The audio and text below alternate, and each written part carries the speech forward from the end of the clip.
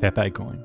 A coin with a history so rich, one of the first meme coins ever to exist. But to really understand this coin, and to really understand why not only myself, but a lot of people think it may be one of the most mispriced coins in all of crypto, I think it's not only important to understand Pepe coin, but the history of Pepe itself. So let's start there. My name is Matt Fury, and I'm the creator of Pepe the Frog. And, he's just like a stoned frog dude that likes to hang out, eat snacks, and like fart with his buddies. It sounded like pee-pee.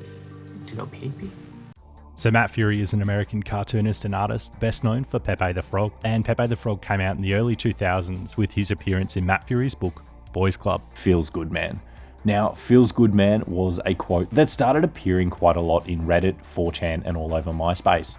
Now, Pepe the Frog as a meme evolved, and there were some massive A-list celebrities that started sharing Pepe memes. And in March of 2016, Pepe coin was born. This is a coin so original that at this time, ERC20 wasn't a thing, so it wasn't launched on Ethereum. It was launched as a proof of work, much like Bitcoin and Dogecoin. To get Pepe coin, you actually had to mine it, and being launched as a proof of work allowed for fair distribution among the Pepe community.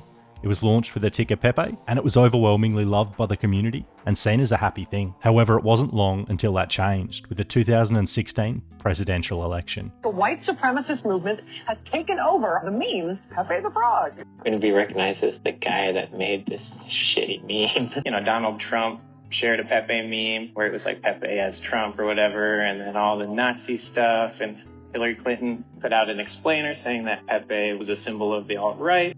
Pepe got put on to this list of hate symbols. Alongside the swastika and the blood cross of the KKK, a meme that started out as a frog had been turned into a political agenda, seemingly taken over by the alt-right. The whole thing kind of got heavy, and I got kind of depressed having it be wrapped up into this weird racist Nazi agenda. Due to political concerns at the time, Pepe coin was in essence forced to rebrand to meme or memetic.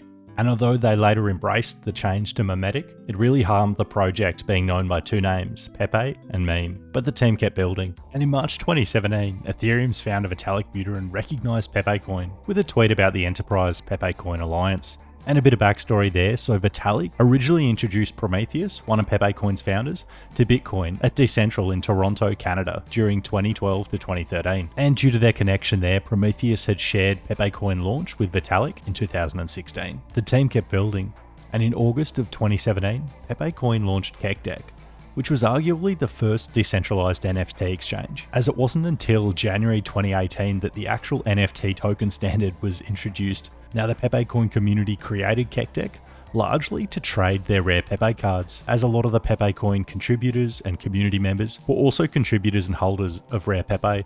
Now, Pepe coin transitioned from proof of work to proof of stake in February 2018. At this time, the blockchain underwent a hard fork, and Pepe coin began to utilize a master node system, which they amusingly named Master Toads. And this transition provided a handful of speed and cost benefits, allowing Kekspace to operate more efficiently. For a long time, the Pepe coin team considered migrating to EVM. The Pepe coin team really realized that their layer 1 architecture was kind of hindering their potential for growth. And by February of 2023, the decision was formally made to migrate to Ethereum. And doing so would allow Pepe coin to tap into Ethereum's mature developer tooling ecosystem. And they plan to launch under the ticker Pepe, which they've been using since 2016. And information was released about their planned migration via social media. And this is where the tale of Pepe coin takes a little bit of a dark turn.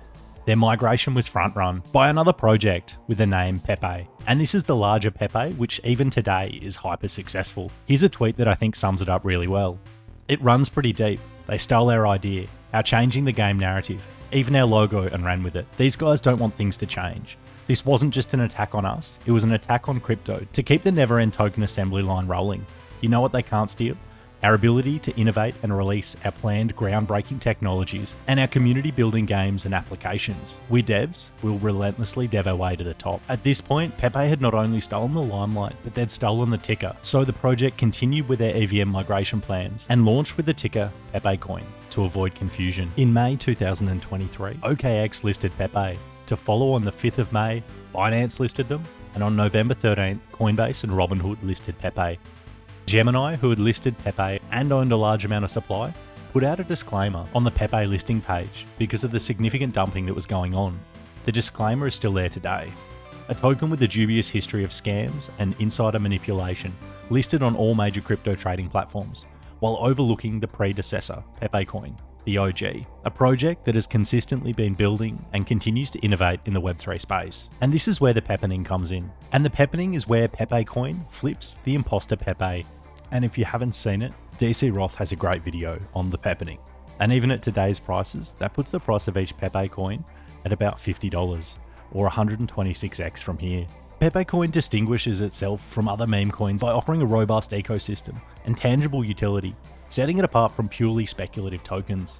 It's a meme coin with utility, and it also has increasing scarcity, with Pepecoin being frequently burned. An example is on the 15th of November, where a Pepecoin burn event significantly reduced the supply, and roughly $50 million worth of Pepecoin was burned. Pepecoin's team are OG crypto developers. They have connections with Vitalik, pre-Ethereum, and have built some amazing stuff over the last 9 years. They've built Pepe OS, which is a vintage operating system styled web application, serving as the home of the project's application ecosystem. And on Pepe OS, they have Pepe Messenger, an encrypted Web3 messaging app, allowing individuals to communicate directly with one another using their Ethereum wallets. They also released Pepe Paint, an NFT dApp built in the theme of the original MS Paint, which pays homage to the platform originally used to create Matt Fury's Pepe the Frog in 2006. And using Pepe Paint, digital creators can create hand-drawn and animated art pieces from within the Pepe OS and mint them as NFT collections. In April 24, Pepecoin launched V1 of Kekspace, with the V1 focused on training its unique prompt-based trading engine. And more recently, they've also built Kekspace. And as we talk about Kekspace, let's have a walk around. It's a retro-themed virtual world, and the team really see it as a new visual way to interact with Web3. There are multiple buildings, and each building in the future is going to have some form of utility. People are going to be able to hang out, trade, and engage with Web3 in a way that feels like they're playing a game. And you can see just the starts of this by going into the art gallery, where you can see some of the NFTs created in Pepe Paint hung on the walls. Pepecoin was created as a tribute to meme culture, specifically Pepe the Frog, and its resilience through bear markets since 2016 is really a testament to the loyalty of the team and the bullishness of its holders. They've got interactions with some of the biggest people in crypto, and they have a huge amount of whales that don't sell, with one of the most recognizable wallets being FBB4, the ethical whale. And if you're not familiar with the community, you should check out their Telegram yourself. It's all about humor, ingenuity, and creativity, and bringing light to an otherwise sometimes dark space. If you've been around crypto a while, you start to get a pretty good feel when something is different. For me, that is Pepecoin. Everything that the devs have created has been done meticulously, from all of the dApps that we've just discussed, even to the soundtracks that you've been listening to. The Pepecoin team doesn't rush, they build, they're devs, and they'll relentlessly dev their way to the top. It's a space where meme enthusiasts can connect, share content, and enjoy the lighter side of the internet. Pepecoin has a strong team, and it's something that I'm holding with pretty high confidence. And the longer I hold Pepecoin, the more I feel that the Pepening isn't just a possibility, it's inevitable. As after all, when you compare the two, there really isn't much to compare. And before I wrap it up, I just want to give a shout out once again to DC Roth. If you haven't watched his video, The Pepening, I'd highly suggest you do so. I'll link it down below. If you're not bullish on Pepecoin, watch the video, The Pepening. It's inevitable. Cheers, legends. I appreciate it. I appreciate you. And I'll catch you in the next one.